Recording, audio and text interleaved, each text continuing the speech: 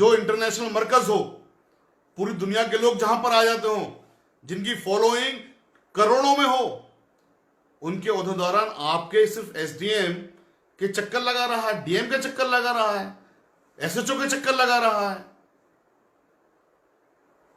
अरे यहां पर तो पूरी गवर्नमेंट को आपको उनके पास जाना चाहिए था, अगर वो लोग जरा से भी सियासत में होते। वो लोग सियासत में नहीं है, सीधे लोग हैं। इसीलिए वो लोग चूंकि सीधे हैं, इसीलिए वो लोग कानून का कोई फायदा नहीं उठा सकते, ना उठा पाते हैं फायदा को। तो आप सीधे लोगों से मत उलझिए। जो सीधे लोग हैं उनको सीधेपन पर रहने दीजिए। मैं फिर कह रहा हूं, अगर इन लोगों ने पॉलिटिक्स को अख्तियार कर लिया, ये लोग सियासत में आ गए, ये लोग कोर्ट में चले गए, ये लोग आपके खिलाफ अदालत में चले गए, तो फिर आपकी ईंट से ईंट बच जाएगी, रोक नहीं सकता आपको।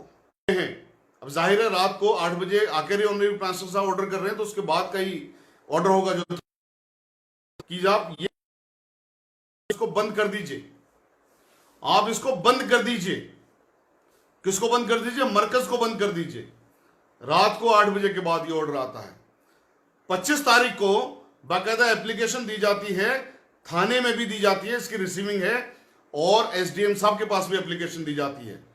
थाने में एप्लीकेशन इस बात की दी जाती है कि साहब हमारे पास ये लिस्ट है, इतने लोग बाकी हैं, हम इनको भेजना चाहते हैं, हम इनको यहां रखना नहीं चाहते हैं, आप हमें बंदोबस्त कर दीजिए बसों का, और बंदोबस्त ही मत कर दीजिए, हमारे पास बसेस भी हैं, उनके ड्राइवर्स भी हैं, उनके लाइसेंस भी हैं, बसों का नंबर ये है, ड्राइवर्स के लाइसेंस नंबर ये है, और उनके बसों के जो और जरूरी कागजात हैं वो भी पूरे हैं हमारे।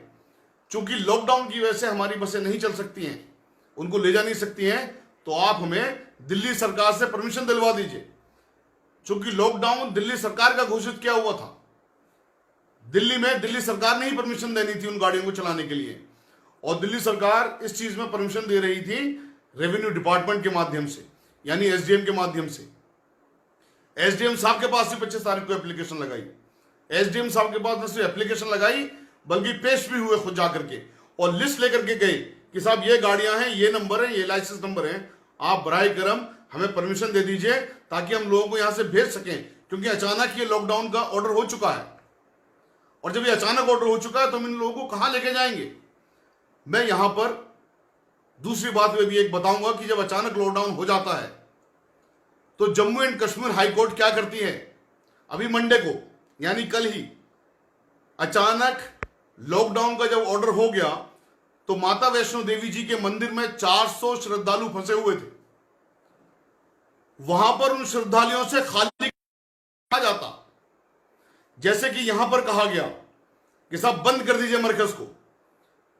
उन 400 श्रद्धालुओं के लिए honourable high court Jammu and Kashmir ने जम्मू कश्मीर के एडमिनिस्ट्रेशन को ऑर्डर, क्या ऑर्डर दिया कि आप वहां पर उनकी सुरक्षा करिए, उनकी केयर कीजिए, उनको फैसिलिटीज वहां पहुंचाइए, और उनको वहां से निकालने का काम मत कर दीजिए। क्या ऑर्डर किया ऑनरेबल हाई कोर्ट ने कश्मीर की? आप वहां पर उनकी केयर कीजिए, फैसिलिटी दीजिए, उनको वहां से निकालने का काम मत कर दीजिए। माता वैष्णो देवी का जो मंदिर है, वहां पर जो लोग रह रहे हैं, जो 400 लोग वहां फंसे हुए हैं, उनको आप वहां से निकालने का काम मत करिए, उनको फैसिलिटीज दीजिए। ऑन रिकॉर्ड में ये बात कह रहा हूं, ऑनरेबल हाई कोर्ट का ऑर्डर है जम्मू कश्मीर का। Honourable justice miss Gita Mittal और उनके जो दूसरे साथी जज साहब ने ऑर्डर किया मंडे को। दूसरी तरफ निजामुद्दीन मरकज, एक तरफ माता वैष्णो देवी। माता वैष्णो देवी के लिए हाई कोर्ट ऑर्डर कर रही है फैसिलिटीज दीजिए, और ये निजामुद्दीन मरकज के लिए क्या ऑर्डर कर रहे हैं, आप इसको फौरन बंद कर दीजिए। कहां जाएंगे लोग जो अंदर बैठे हुए हैं? क्या फैसिलिटीज आप उनको उनकी कर रहे हैं? कुछ नहीं, सिर्फ बंद कर दीजिए। जब खुद ही जाते हैं मरकज के जिम्मेदारान कि साहब हम बसें को इंतजाम हमने कर लिया है, हमारे पास ड्राइवर्स हैं, आप हमें खुदारा परमिशन दे दीजिए, इनको हम ले जाएं, पास दे दीजिए। उनको पास बना के नहीं दिया जाता, और ये जिम्मेदारी दिल्ली सरकार की थी।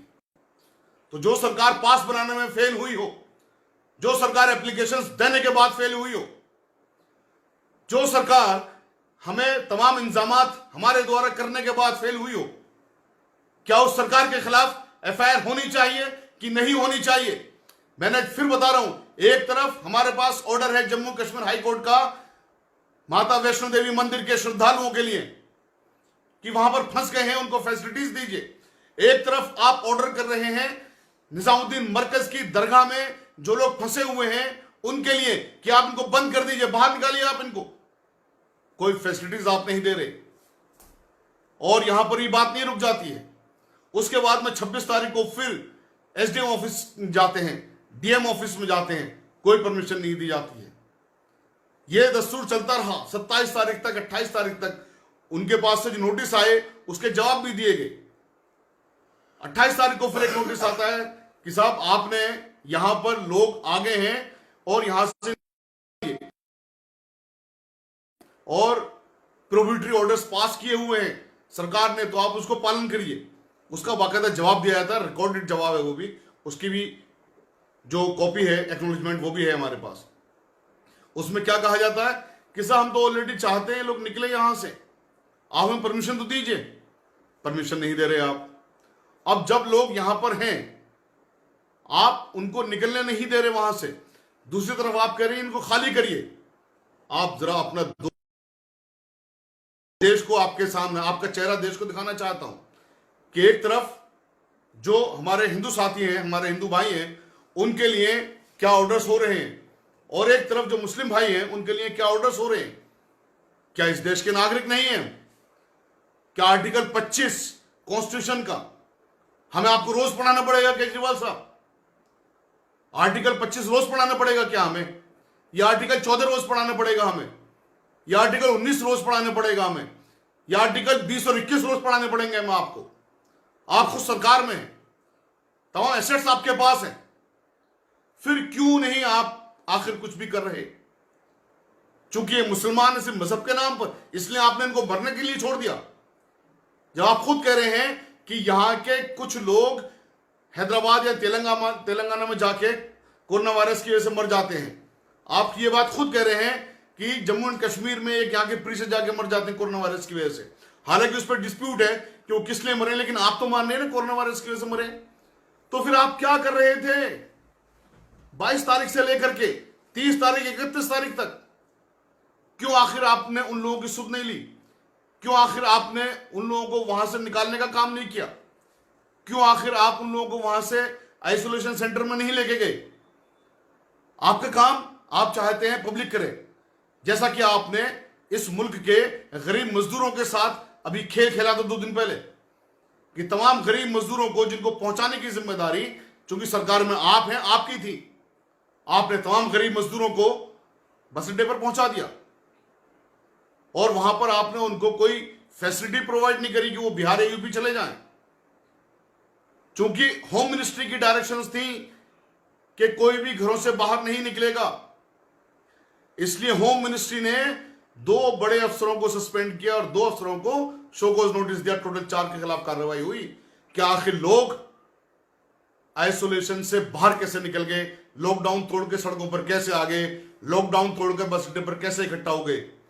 अब आप इस चीज को देखिए कि जब लोग गरीब मजदूर बस अड्डे पर इकट्ठा हो जाते हैं, यानी कि लॉकडाउन को तोड़ के सड़कों पर आ जाते हैं, तो भारत की सरकार 4 अपने अफसरों को, 2 को सस्पेंड कर देती है और 2 को शोकॉज नोटिस दे देती है। तो मुसलमानों ने जब भारत सरकार के इस ऑर्डर को माना, वो तोड़ के बाहर नहीं निकले, तो आप इस बात की इनको सजा देंगे कि इनके खिलाफ एफआईआर का ऑर्डर करेंगे आप? अरे शर्म आती है हमें आपके ऊपर। ये दोहरा चरित्र सबके सामने आपके आ चुका है। आपकी खुद की पार्टी के एमएलए ने आज एक ट्वीट डाला है कि 23 तारीख को उन्होंने खुद ये बात कह दी थी कि साहब इनको निकालने का इंतजाम करिए। आप उनको निकालने का तो इंतजाम नहीं कर रहे, आप फैसिलिटीज कोई प्रोवाइड नहीं कर रहे। आप चाहते हैं कि जो भारत सरकार की गाइडलाइन थी उसको तोड़कर निजामुद्दीन मरकज के लोग सड़कों पर आ जाते और फिर आपको बहाना मिलता पूरी दुनिया के अंदर मुसलमानों को बर्बाद करने का, मुसलमानों को बदनाम करने का। हालांकि गंदी मानसिकता वाली मीडिया तो यही खबर चला रही है अब भी कि कोरोना वायरस का एपिसेंटर जैसे वुहान सिटी ना होकर के निजामुद्दीन मरकज हो।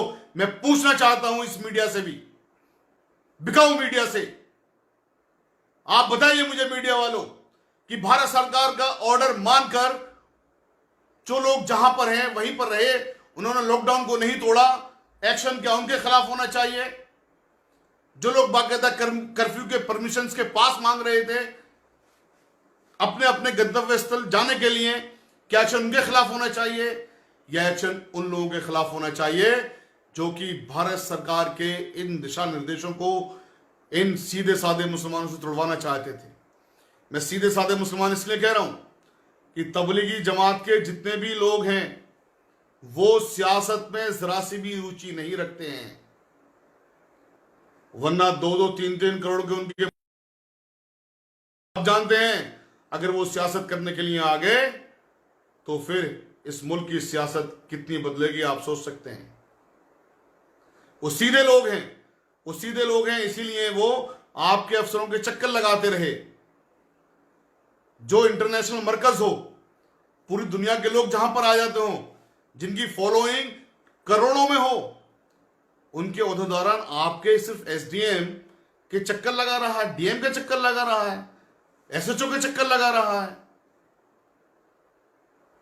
अरे यहां पर तो पूरी गवर्नमेंट को आपको उनके पास जाना चाहिए था अगर वो लोग जरा से भी सियासत में होते। वो लोग सियासत में नहीं है, सीधे लोग हैं। इसीलिए वो लोग चूंकि सीधे हैं, इसीलिए वो लोग कानून का कोई फायदा नहीं उठा सकते, ना उठा पाते हैं फायदा। अगर वो लोग भी जैसे वैष्णो देवी माता के मंदिर के लोग कोर्ट पहुंचे, ऑनरेबल कोर्ट पहुंचे, अगर आज निजामुद्दीन मरकज के लोग भी ऑनरेबल कोर्ट पहुंच गए होते तो फिर क्या होता आपकी सरकार का? जरा सोचिए इस बात को।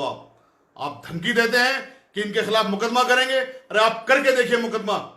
उस मुकदमे की लड़ाई इंशाल्लाह कोर्ट में लड़ी जाएगी और ये पूरी दुनिया को पता चलेगा कि गलती पर कौन था, गलती पर आप थे या निजामुद्दीन मरकज के लोग थे। और मैं आपको एक बात और बता दूं, श्रीमती गांधी, इंदिरा गांधी निजामुद्दीन मरकज के पीछे पड़ी थी और फिर क्या हुआ? श्रीमती गांधी की सत्ता गई ऑनरेबल हाई कोर्ट इलाहाबाद के द्वारा, इमरजेंसी लगाई थी, याद होगा आपको। तो आप सीधे लोगों से मत उलझिए। जो सीधे लोग हैं उनको सीधेपन पर रहने दीजिए। मैं फिर कह रहा हूं, अगर इन लोगों ने पॉलिटिक्स को अख्तियार कर लिया, ये लोग सियासत में आ गए, इन लोग कोर्ट में चले गए, इन लोग आपके खिलाफ अदालत में चले गए, तो फिर आपकी ईंट से ईंट बच जाएगी, रोक नहीं सकता आपको। हम निजामुद्दीन मरकज के बिहाफ पर, इस मुल्क के मुसलमानों के बिहाफ पर, इस मुल्क के जिम्मेदार शहरी होने के नाते, इस मुल्क के गौरवान्वित नागरिक होने के नाते आपको चेतावनी दे रहे हैं केजरीवाल साहब। और चेतावनी बहुत साफ अल्फाजों में है कि आप सुधर जाइए और इस कम्युनल पॉलिटिक्स को बंद कर दीजिए, वरना दिल्ली इलेक्शन ये जो हुआ है ये आपका आखिरी इलेक्शन होगा। उम्मीद है आप कुछ सबक लेंगे। और मैंने जो देश के सामने बहुत सारी चीजें क्लियर करने की कोशिश की हैं, मेरा ख्याल है क्लियर हुई होंगी उसमें। और इसमें से मैं आपको एक बात और बताता चलूं कि इस पूरे प्रकरण में जितना भी कुछ हुआ है, मैंने जितनी बातें कही हैं बहुत जिम्मेदारी के साथ कही हैं। हर बात का सबूत है मेरे पास, कानून के प्रोविजंस के मुताबिक बात की है।